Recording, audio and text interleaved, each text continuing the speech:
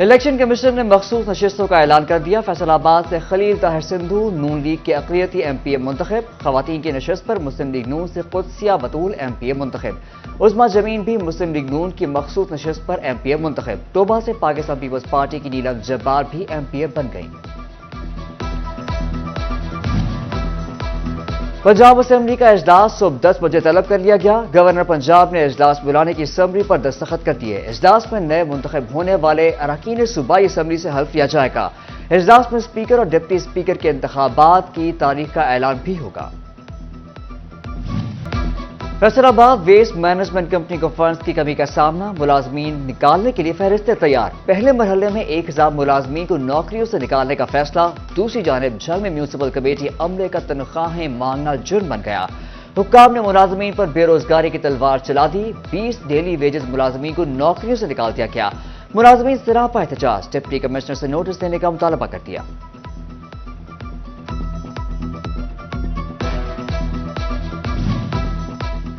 جھنگ کی utility stores پر آٹے کا بحران پیدا ہونے لگا۔ 3 روز گزر گئے، شہر کے کسی یوٹیلیٹی سٹور پر آٹے کی فراہمی نہ ہو سکی۔ صارفین خالی ہاتھ لوٹنے پر مجبور، مہنگا آٹا پہنچ سے دور ہو گیا۔ ادھر ٹوبہ ٹیک سنگھ کے تمام 51 یوٹیلیٹی سٹورز پر بھی 20 دن گزرنے کے باوجود سستا آٹا فراہم نہ کیا جا سکا۔ آٹے کے لیے شہری خوار۔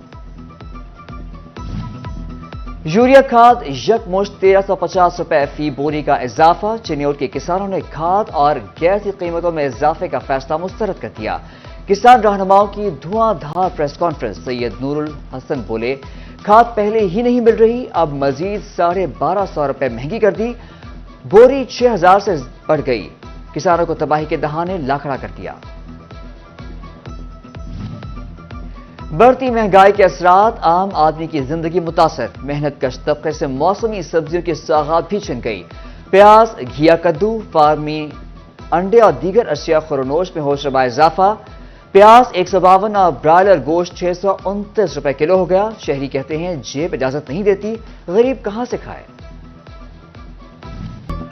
مہنگائی کی بریکیں فیل، ہر چیز زد میں آنے لگی۔ تعمیراتی کاموں میں استعمال ہونے والے سریے کی قیمت میں 4 سے 5000 روپے فی ٹن کا اضافہ کر دیا گیا۔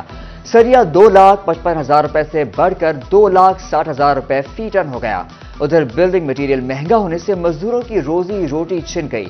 دہاڑی نہ ملنے پر گھروں میں فاقے، جڑاوالا کے مزدور طبقے نے حکومت سے ریلیف کا مطالبہ کر دیا۔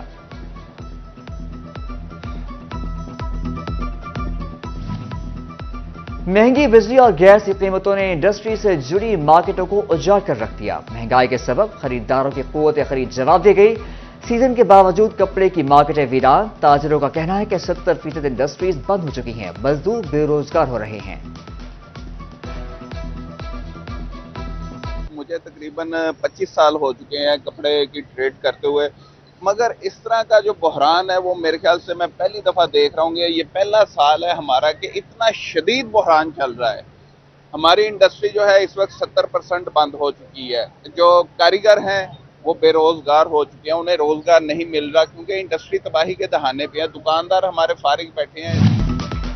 فیسکو میٹرز لگوانا صارفین کے لیے درد سر بن گیا۔ شہر بھر میں 5000 سے زائد ادا شدہ ڈیمانڈ نوٹسز پر میٹر نہ لگ سکے۔ صارفین سب ڈویژن دفاتر کے چکر لگانے پر مجبور۔ فیصل آباد ڈویژن میں متعدد سرکاری محکمے فیسکو کے نادہندہ نکلے۔ واسا فیصل آباد پھر سے سر فہرست، 55 کروڑ 94 لاکھ سے زائد کا نادہندہ۔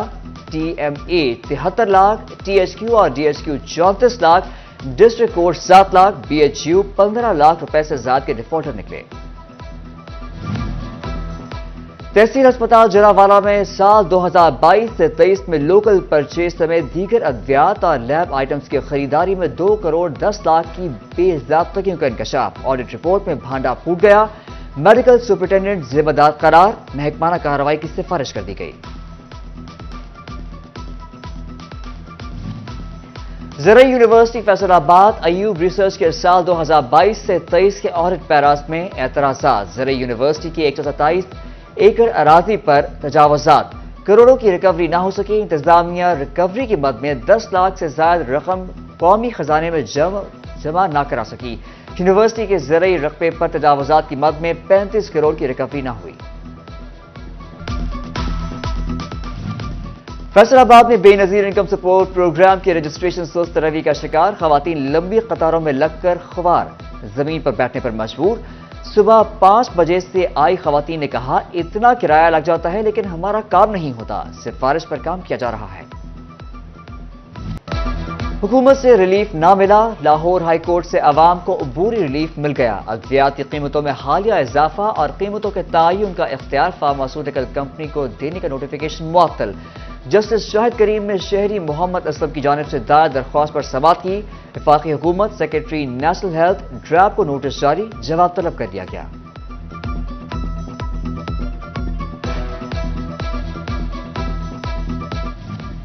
آئندہ 4 ماہ کے اخراجات کی تیاریاں، پنجاب میں رمضان پیکج کے لیے 5 ارب روپے سے زائد کا ریلیف فنڈ مختص کرنے کی تجویز۔ نئی منتخب حکومت رمضان پیکج کی منظوری دے گی۔ ادھر فیصل آباد میں ایڈیشنل ڈپٹی کمشنر جنرل کی زیر صدارت فلور ملز، مارٹ ایسوسی ایشن، غلہ منڈی اور ڈسٹرکٹ فوڈ کنٹرولر کا اجلاس۔ ماہ سیاب میں مفت راشن ضرورت مند افراد کو ڈور سٹیپ پر پہنچانے کا فیصلہ۔ انتظامیہ نے تمام سٹیک ہولڈر سے رمضان پیکج کے لیے اشیاء کی رعایتی قیمتیں مانگ لیں۔ توبہ انتظامیہ نے بھی تیاریاں شروع کر دیں۔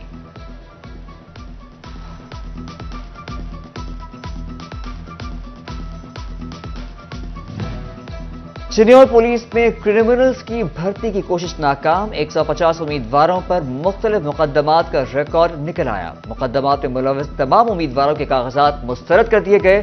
پولیس حکام کے مطابق 5923 امیدواروں کے کاغذات کی اسکروٹنی آج مکمل کر لی جائے گی۔ فیصل آباد پولیس میں بھرتی کے لیے 13,000 فارم جمع، لیڈی کانسٹیبل کے لیے 1800، لیڈی ٹریفک اسسٹنٹ کے لیے 500 خواتین امیدوار۔